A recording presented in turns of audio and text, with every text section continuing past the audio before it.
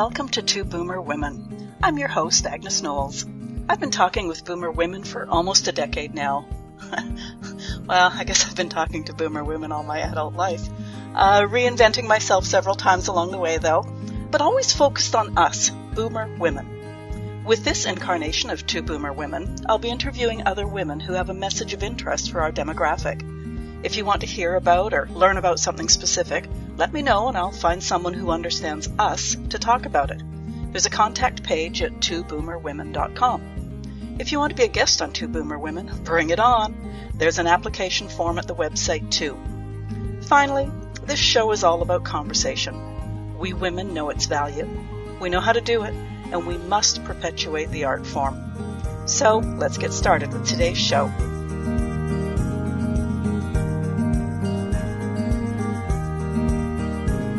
Hello, Boomer Women. It's Agnes here with another episode of Two Boomer Women, the podcast. And as sometimes happens in the podcast world, I was unable to get the timing right for my next guest and her interview. So I'm coming to you today with an editorial piece, and I'm going to talk about housing. Now, there's all sorts of issues that existed pre-COVID, but COVID has certainly brought them to light. And the most noticeable current issues are the elderly living, so care facility living conditions, and the associated COVID death rate, especially in the early months of COVID. Younger age groups. They've had job losses and they have had resulting housing losses. And yes, I understand that oftentimes there has been legislation passed to make sure that didn't happen.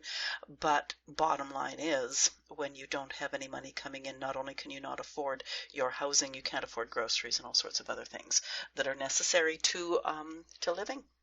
The real estate prices are skyrocketing in many areas.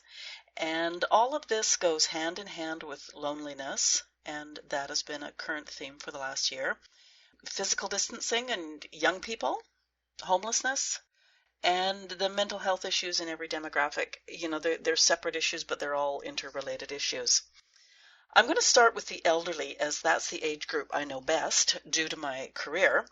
I feel quite strongly that the staffing and funding levels of residential elder care has been ridiculously underfunded, underrepresented, under-talked about, just everything for decades. And I'm not sure just when private business thought elder care was a good investment, but the minute stockholders enter the mix, I can almost guarantee that frontline needs will suffer. And I chuckle when I hear politicians now worrying about care and profits not mixing. I've been saying that since the 1990s. Now, I've had to argue for department funding, and I was recreation, not nursing or nutrition or cleaning. Wages in elder care are usually commensurate with education, which means nursing and admin are often the best paid. And notice that I don't say well paid. With cleaning and laundry staff, the least paid. First of all, I don't know if you've ever reviewed WMIS manuals, but that's no easy feat. But as we've learned from the pandemic, facility cleaning is just as important as nursing and nutrition and socialization. So if the actual dollar part of elder care could be dealt with, I want now to address what the actual housing might look like. Now, I've worked in facilities with 4-bed wards and single and double rooms. The push for single rooms only has been the norm for a lot of years. But in the same conversation, even without a pandemic, is the subject of loneliness. And loneliness for elders results from many possible events. Loss of spouses and friends with age is the most obvious. Loss of mobility can cause friends to drift away. With our global world, families are often no longer local. And especially in our westernized countries, family care of elders has become much more rare. As an aside, I heard a term the other day, weird countries. And that means westernized, educated, industrial, rich, democratic countries are much more likely to be the subjects of study, which normalizes their findings and results, while they're only 12% of the world's population. So I think we have to be really careful with what the weird countries come up with. But back to loneliness in elder care, perhaps the push to private accommodations needs to be revisited. While a first-time resident into a facility might demand private accommodation, they might be nervous of anything else. Many friendships are made, and those bonds can be strong. Within my own elder care experience, I remember one woman who, along with a very outspoken daughter, was insistent that all she could consider was a private room when the only bed available was in a 4-bed ward. She took it, of course, because that was the only bed. She was waitlisted for a private and was fortunate enough, well, fortunate for her, to have one become available within about 6 weeks. At that time, she refused to move, as she didn't want to leave her new friends. You see, along with new friends, friends who share much that old friends might not understand, there's the fact of safety.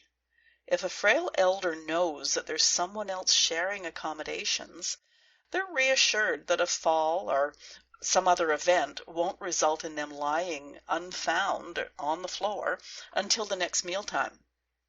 And yes, I realize there might need to be a little work and effort put into finding compatibilities, but that's the norm at any stage of life.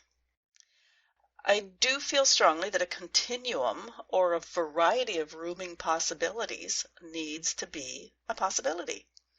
And if the right developer or planner is found, room designs can be such that if one of the residents, or even both, or I'm thinking 2-person rooms, if one of the residents need privacy because of a pandemic or palliative needs, for example, then the option is built in.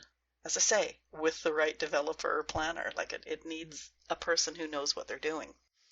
And while I don't have any experience in other types of congregate housing, could my model be a possibility? Perhaps one of you know the answer to that. Moving down the age scale slightly, it was in the early 2000s that I heard about Britain's OWCH, that means Older Women's Co-Housing Initiative.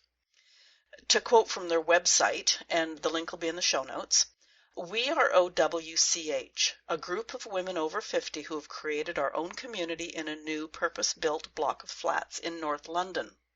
As an alternative to living alone, we have friendly, helpful neighbors." In one form or another, this is actually a thought I've had for myself. Even a large house with 4 or 5 other older women is my concept of a lovely way to age in place. I'm going to move now to the under 50 cohort, well, at least the ones who aren't firmly entrenched in home ownership and employment. The majority of our service workers in every sector are in this demographic. If we could start with those who provide services to our elderly and health compromised, and with those who keep our basic needs, like food, fulfilled, and pay them by the social value of their work, not by the visibility of or education needed for that work, then they might not be so precariously perched on the housing ladder. Back to that weird acronym that I just used. Many of our service workers are from those cultures and social backgrounds that do take care of extended family and can't see their less fortunate neighbors go hungry. If they're bearing the weight of stretching their incomes to help people who could otherwise become dependent on social programs and housing, then putting some of the money saved into their pockets, whether it's cash or household subsidies or tax breaks, that seems reasonable to me. And yes, I know some of my concepts, if enacted, would attract the nefarious. But at what cost compared to the extended monetary and social issues created by big business running elder care facilities and programs? And yes, I realize that any number of professionals could shoot holes in any of my ideas, but I'd like to see what the futurists of the world could do with them. Included in the under 50s are, of course, young people still trying to figure out which ladder they want to start to climb. In the meantime, they are most of our food and alcohol service staff, our grocery clerks, and our retail workers. dispense with them as a cohort and see what would happen to society. It would not be pretty. If they could be guaranteed a livable income with some sort of housing security, they would perhaps have enough stresses removed that they could advance their education or consider how they're going to save the world. And I don't mean that facetiously or sarcastically. So many of the young people I see, both in real time and in the press, are conscientious, very environmentally aware, and not afraid to stand up for the environment, the socially disadvantaged, and causes of global concern. And unlike me, they have a much bigger supply of energy to do this. I'm not sure if I need to add qualification to my words here. When I address an issue or a concept in terms of a demographic, I'm not excluding other demographics who are part of the issue. If I can digress briefly, recently BC's Premier, BC is a province in Canada, if anybody doesn't know that, recently BC's Premier spouted off about young people not blowing it for the rest of us. Poorly stated? Oh, hell yeah. And I haven't heard him apologize or rephrase it either. But, as I've said to a number of younger folk with their backs up, just like so many spout off about boomers and the problems they've created, if I haven't been part of that particular problem, I let it go like the proverbial water off a duck's back. On the other hand, if I'm guilty of a charge, then I need to reassess, decide on the validity of the accusation, and possibly, probably even modify my behavior appropriately. I ask young people to do the same. Now that so many of us oldies have been vaccinated, and the COVID variants of concern are wrapping up and wreaking havoc on the under 40 age group, you need to understand that you're not invincible. It could happen to you, and no matter how healthy you are, health professionals can tell a myriad of stories of young people who have been felled of late. And I use the word felled gently. They're also dying. And as a parent and a grandparent, I can assure you there is no greater grief than losing a child. And that's not the voice of experience. That's just the voice of a woman who can't imagine the extent of the grief. It would be so great. That digression can actually lead me back to housing. In a university city like mine, more housing for young people needs to be considered. Housing with social areas large enough to accommodate the social activities of the people who live there. If there's even one young person listening to me right now, wouldn't it be kind of cool to be an advisor to planners who were creating safe and guaranteed and affordable housing for you while you go through that stage between leaving home and creating your own home? It would help with a variety of social issues, as well as being an isolatable area if a pandemic did crash through our lives again. Your lives, our lives. And again, yes, I know it's pie in the sky and many young people would balk at it, but where are my futurists to fine-tune my thoughts? You must be out there. Now, so much of my soliloquy thus far has addressed social housing. While I feel that social housing is a norm worth returning to on many levels, and the norm, the successful norm for a great percentage of the world's population, I do remember feeling that home ownership was the be-all and end-all for any adult. And I think at least one of my children are feeling that imperative currently. But another thing the pandemic has shown us is that much work can be done off location, aka from home.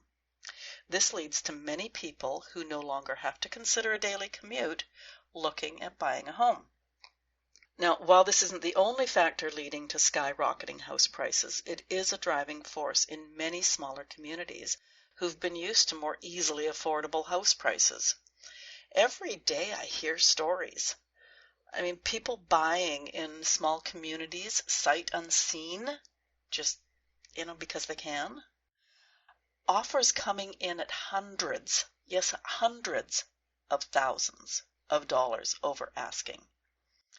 offers with reasonable conditions being trashed immediately. Now conditions like inspections, that's pretty reasonable to me, but yet if you put a condition on your offer, it's immediately just disposed of. It's not considered. Asking price offers. So you go in at the asking price, being sent back for reconsideration, which means offer over asking.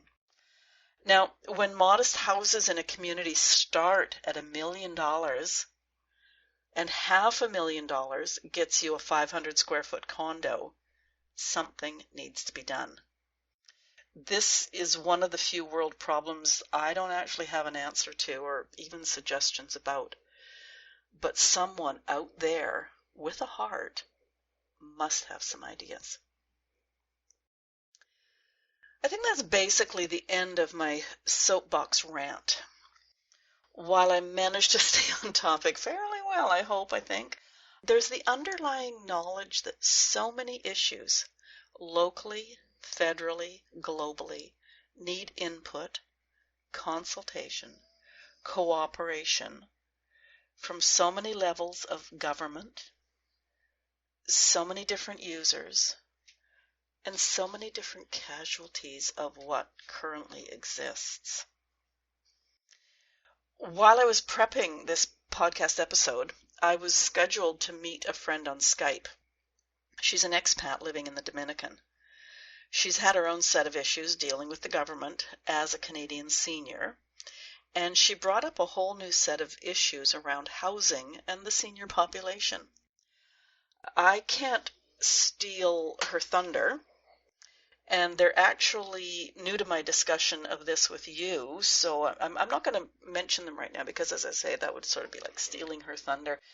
Judith and I talked about some of them, and we've talked about them before as she tried repeatedly and unsuccessfully to get some answers from a government department. I managed to talk her into coming on Two Boomer Women as a guest to discuss the issues she's encountered, which can't be unusual or unique to other expats. And don't tune me out when I use the word expats, because the whole concept, the way we look at it, the way we have phrased it in our private conversations, would be of advantage to both the Canadian taxpayer and the Canadian government. So while you sort of think, oh, expats are out there and they're rich and everything else, no, they aren't always. But, as I said, I don't want to go too far on this because I'm going to end up stealing her thunder. But, yeah, I hope you keep an eye on those issues and wait for my interview with Judith. I really hope you leave comments on this issue. Leave them where you found this podcast episode, or you're always welcome to leave comments at twoboomerwomen.com/join-the-conversation. You can also find me on Facebook or LinkedIn, and I'd love to hear from you at either place. I'm also always looking for guests for Two Boomer Women. If you're a woman who has something of interest or importance to say to Boomer Women, there's an application form at twoboomerwomen.com. I'm also getting some interesting feedback from several men, so I'm considering a Man Friday episode. Let me know what you think of that idea. In the meantime, thanks for tuning in today. I'm your host, Agnes Knowles, and I'll be back next week with another interesting guest. Possibly at some point in time, another soapbox. I'll see you then. Thanks again. Bye-bye.